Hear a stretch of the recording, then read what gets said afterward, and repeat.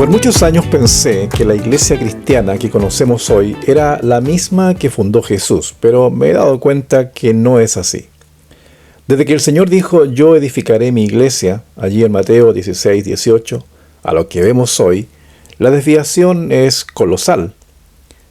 La iglesia que vemos en el libro de los Hechos era efectivamente un organismo edificado por el Señor, donde las personas eran transformadas por su amor y por ello no tenían temor de enfrentar incluso a la muerte.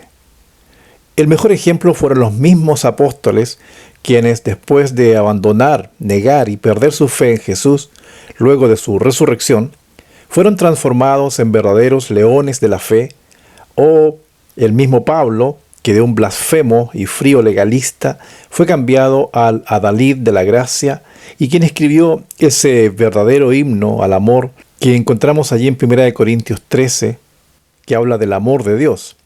Y además de eso llevó el Evangelio a todo el mundo conocido. Y es que la iglesia primitiva vivía totalmente enfocada en Jesús y no en ellos.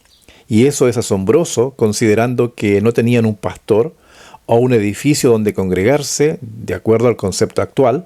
Tampoco tenían Biblia o ministerio de alabanza, jóvenes, niños o todo lo que en la actualidad conocemos, pues eran guiados genuinamente por el Espíritu Santo. Hoy en cambio la iglesia cristiana no es un organismo sino una organización que enseña a las personas a ser cristianas, pero sin cambios interiores profundos, donde el objetivo principal es insertarlas en la maquinaria religiosa del hacer. Y tristemente, una vez que estas personas con el tiempo se agotan, se les desecha.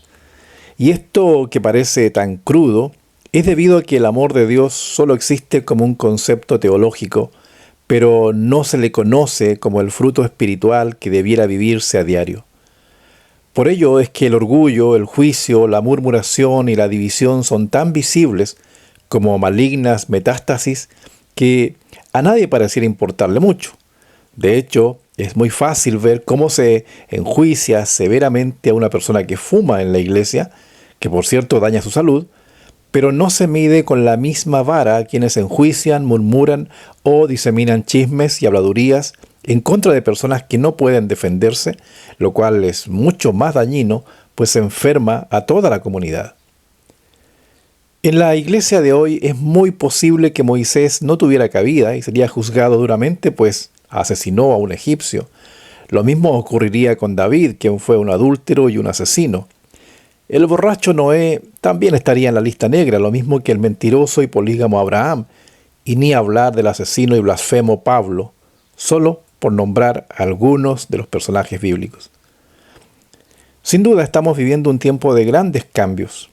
Este año 2020 puede ser un año bisagra que nos adentrará a nuevas realidades, como las que ya hemos experimentado durante estos meses debido al coronavirus.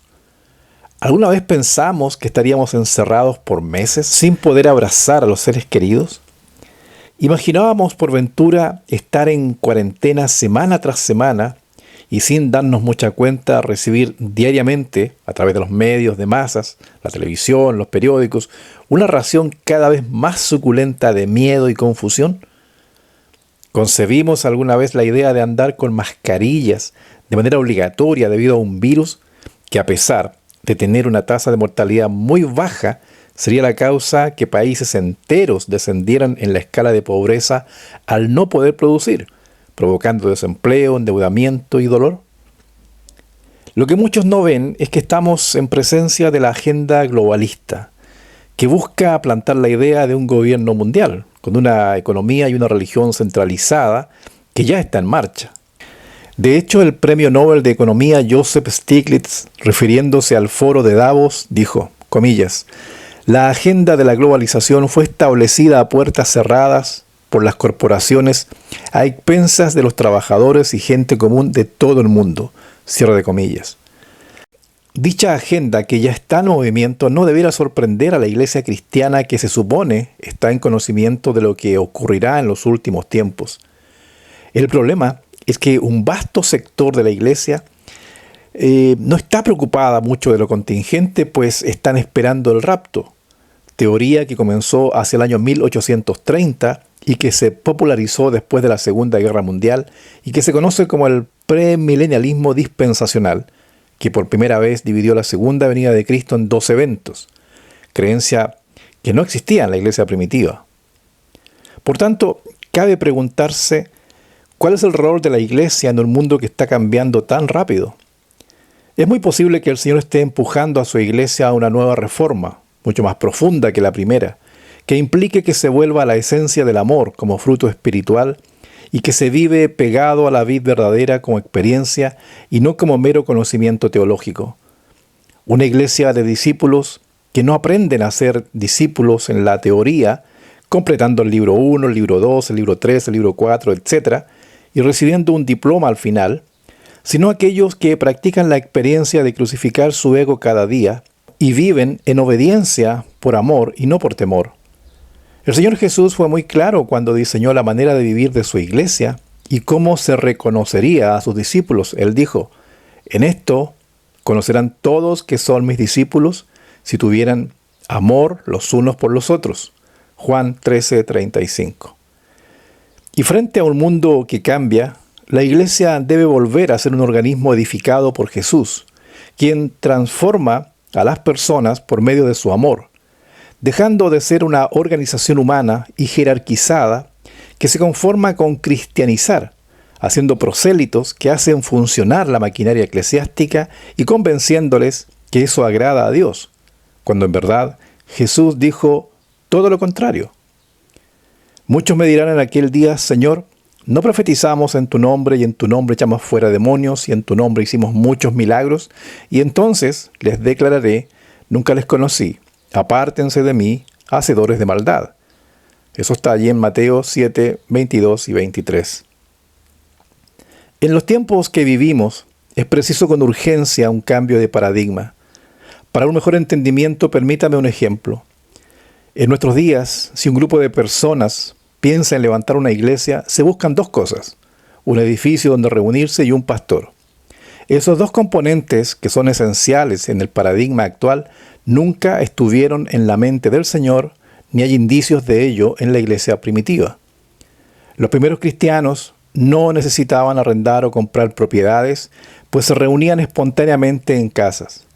En segundo lugar, no estaba en su mente un pastor por encima de ellos, pues todos eran iguales, dependiendo de una relación vital con Jesús y simplemente usaban los dones que el Señor les daba, y el que tenía entonces el don de la enseñanza enseñaba, el que tenía el don de la misericordia hacía misericordia, y así sucesivamente. Las reuniones eran muy poco formales y carentes de liturgia. No obstante, todos eran edificados, pues nadie iba pensando, como sucede hoy, en ir a la iglesia a recibir bendición, recibir oración, recibir palabra de Dios, recibir alguna unción, recibir fuerzas para la semana y cosas por el estilo.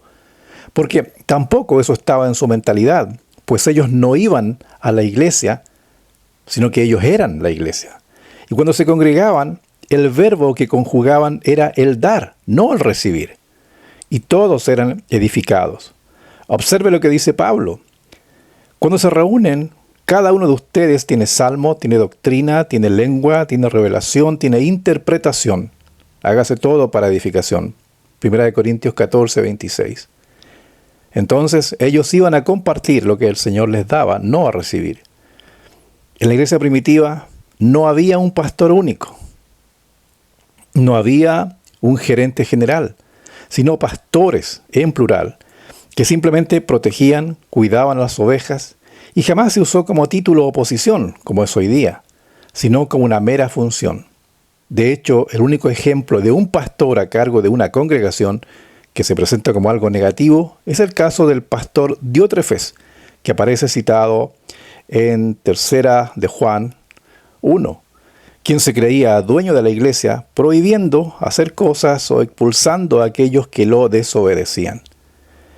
Es paradójico que la iglesia, lejos de apartarse del concepto de un pastor único, con el tiempo lo transformó en la norma. Y esto se debió a que Ignacio de Antioquía, quien vivió del año 35 al 107 después de Cristo, fue el primero en pregonar la necesidad de un líder por sobre la congregación. ¿Por qué hizo eso? Porque buscaba proteger a la iglesia.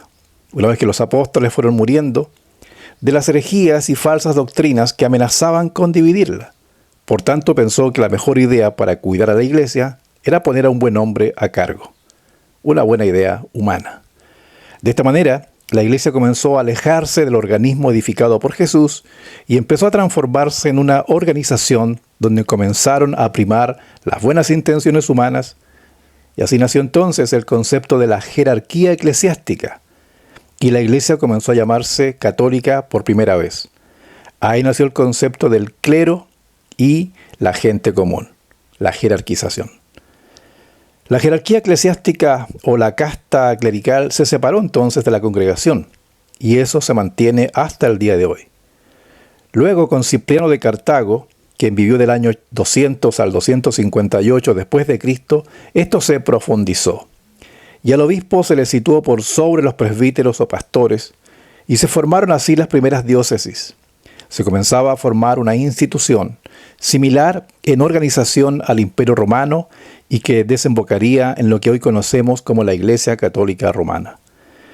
Cabe consignar que en el libro de los Hechos jamás existió ningún tipo de jerarquización, sino más bien diferentes funciones. Por ello, los términos presbíteros, pastores u obispos eran usados de manera intercambiable, pero jamás fueron títulos ni posiciones como lo son hoy. Como conclusión, la iglesia que conocemos hoy es muy distinta a la edificada por Jesús y que se muestra en el Nuevo Testamento.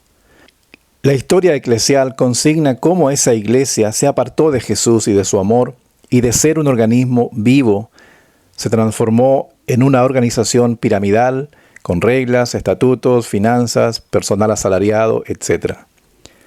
En los tiempos que estamos viviendo, se necesita una nueva reforma más profunda para que la iglesia vuelva a su esencia. Un cuerpo, un organismo edificado por el Señor Jesús directamente, donde lo más visible sea el amor.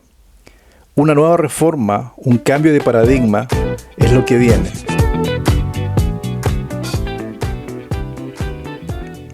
Este es un extracto de las charlas en Cristianos Anónimos.